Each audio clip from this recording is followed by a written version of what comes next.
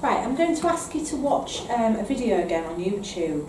And what I want you to do is go onto YouTube and just type in removed. I'll just bring up my YouTube screen so you can see what it looks like. So if you type in removed, the first thing that should come up is this clip here, a girl with blonde hair and a black eye with removed across her face. It's 12 minutes 48 long. Okay, you're not watching part 2, you're watching the first one. I want you to watch that in a moment. Before you watch it, what I'm going to say to you is it's a really emotive clip. It's a really powerful clip. I use it in pretty much all of my training, so you will see it again when you come on my training. But it pulls everything together. It's everything that we're talking about for these children. So I'm going to ask you to watch it, take in the language that she uses, the words that the girl uses are really important. Because it's a true story. This video was made by a group of children in America who, like some of our youth councils here, came together as children with care experience and wanted to make their stories heard, to make a difference. And this video was made of one girl's story. So although it's acted, it is a true story, and the words that the girl uses through this clip are her actual real words. So pause me now and go and watch the clip.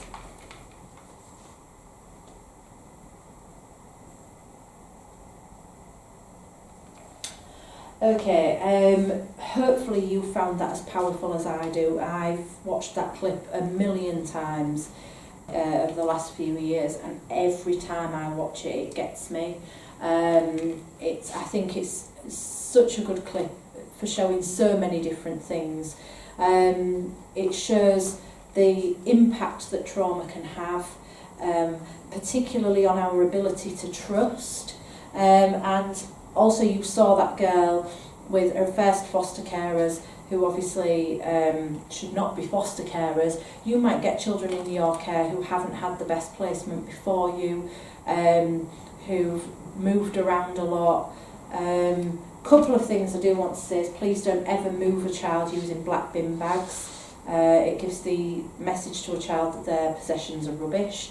But as you can see, if we think about consequences, like I've already talked about, if you think about the time when she ripped up the book and threw it across the room, if the foster carer had turned round and said, right, that's it, no more bedtime stories for you, or you'll have to pay for that book with your pocket money, or anything like that, that's not taking into account that this behaviour is coming from a place of trauma.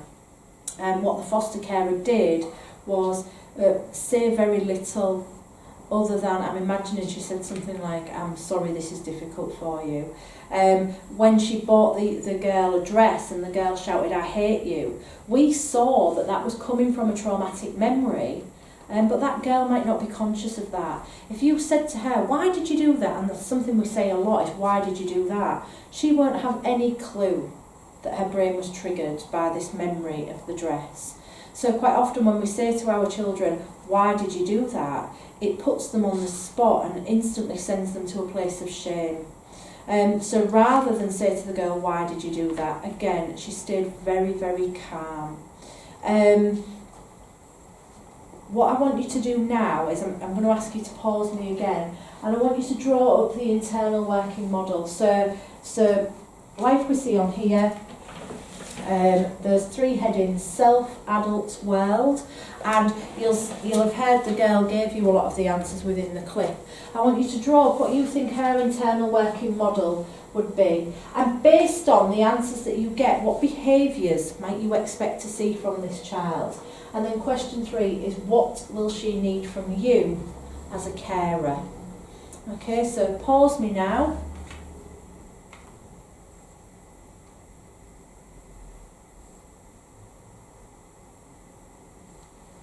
Okay, so for self, I think some of the things she says in the clip are, I am unseen, unheard.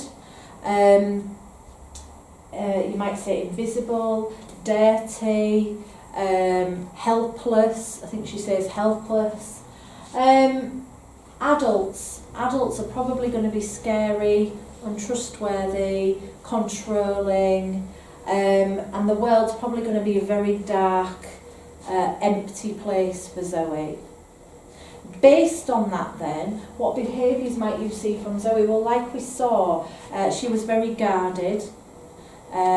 She could be quite aggressive, quiet, withdrawn. Equally, you might see someone very compliant. There's a whole host of behaviours, and when we do this activity in the classroom, between the different groups, they generally come up with every behaviour that's humanly possible out there on this list, because that's the key. She's going to do whatever she needs to do to keep herself safe in whatever situation she finds herself in. And what's she going to need from you as a carer? The big thing, patience. Patience, patience, patience. You are going to need to be very, very patient. She will need to trust you, and that will not happen overnight. Trust. So important. You're going to need to be everything that second carer was, patient and understanding. I'm not going to give you the shame. I'm not going to inflict the shame. I'm not going to say, why did you do that? Stop it. Calm down. Right, that's it. You're losing this, or this is happening. I'm just going to be calm and patient, and I'm going to be here for you. And the thing that really always gets me about this clip is the words that she uses right at the end. I am lovable. I am worthy of care. And this is not my fault. Now, those are the words that she's using now as an adult looking back on her experience. And she's come to these words by receiving therapeutic care from someone who had the patience to deal with her trauma. And I think that's really powerful, and what that demonstrates is we can make a change. The brains are very, very plastic. We can mould the brains, we can heal the brains, and this clip just goes to show that. This is the difference that you can make to these children's lives. So what you might see in these children, what they might bring into your home, is children who shut down their feelings. So like I've said, children with an avoidant attachment style are going to shut down their feelings, and that can be really hard for somebody who's just not emotionally there. It can be quite frustrating as a foster carer. They might demand your attention all the time. So for a lot of our children, they've felt very out of control, and their lives have been controlled by other people. So for example, someone's just waltzed into their life and said, no, you're not living here anymore. You're going to live here. Oh, look, it's me again. Now you're not living here anymore. Now you're going to live there. And by the way, you're moving schools. And I'm going to tell you when you can see your dad. And I'm going to tell you when you can see your mum. And your grandma and granddad aren't allowed to see you at all. These children feel very out of control. And for some of these children, the only way for them to feel safe is to try and control everything. I need to stay in control of everything and everyone to stay safe. And I need to get lots of attention. So children who demand your attention and try and control you, they are trying to meet a need. Okay? So what we would say is, if a child has a need, you meet that need. If a child's hungry, you give them food. If a child needs attention, give them attention.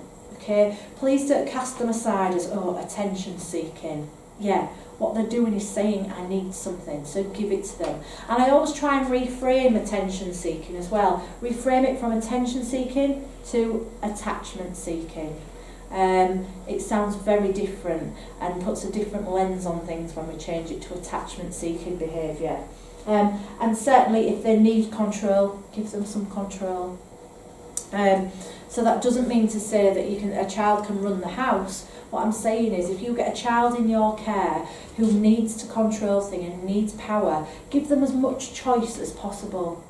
Don't dictate to them. Don't use words like no. You can say to them right from the off when they get up, would you like to stay in bed a bit and then have your breakfast? Or would you like to come downstairs for your breakfast now and then have some telly before school? What would you like for your breakfast? Here's your choices. How would you like to get to school? Do you want to do your teeth now, or do you want to do your teeth just before we leave? We can give children choices all the time. If we dictate to children, they're really going to struggle and they will fight against it. And it says here about them bringing coping behaviours. That's what they're doing, they're coping. You will all have ways of coping with stress. Think about the ways that you cope with stress. And if someone took that away from you, so you might have a glass of wine, you might go for a run, you might clean, you might watch telly. There's just 4 examples. Imagine if that coping strategy was just taken away from you. Someone said to you, you can't ever drink wine again, you can't ever go for a run again, you can't ever clean your house again, you can't ever sit and watch telly ever again. That would feel very unsafe. So these behaviours that these children bring in are their coping strategies. If we try and rip all coping strategies away from them, that's going to feel really, really unsafe. So we need to practice PACE with children, and PACE stands for playfulness, acceptance, curiosity and empathy. We need to be playful with children because playfulness counteracts shame. If I'm playing with you and I'm enjoying you, that must mean you're enjoyable. You must be a good person because I couldn't enjoy you if you were all of these terrible things. I'm going to accept you. Okay, so I'm not saying that some of your behaviours are okay. What I'm saying is I accept you. And I accept that at the moment this is your way of coping and I want to help you with that, but I accept you. And it doesn't mean that I'm going to cast you aside because of the way that you manage things. I'm going to be curious. Always, always be curious. As a foster carer, you will see behaviours, and sometimes these behaviours might seem really, really bizarre. And you might be thinking, well, where on earth did that come from? That's the key. Where did it come from? Okay, you need to think, where is this behaviour coming from? What's happened today? Okay, oh, they had PE. Hang on. Last time they had PE, we saw this behaviour. And the time before that, when they had PE, we saw this behaviour. Or it might be, they've seen mum today. They're seeing mum on Friday. And when they saw mum last time, they were like this. Okay, be a detective. But also, when I talk about curiosity, what is really, really important for you as a foster carer is that you are okay with the fact that you might not know where something comes from. Something such as a smell can be a trigger for a child, an unconscious trigger.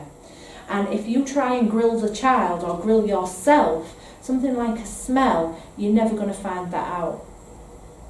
So you also need to be able to be okay with the fact that you might never find out, because if you're not okay with that, that's when we tend to say to children, why did you do that? Tell me why, I want to know why you did it. When the child can't tell us.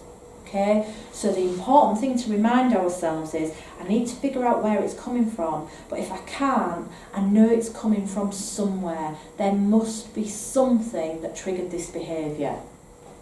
And empathy. We are going to try and see things through the child's eyes. We are going to try to put ourselves in that child's position. We can use things like their internal working model to help us look through their eyes. We can think about what their attachment style is to help us try and see it from the child's viewpoint.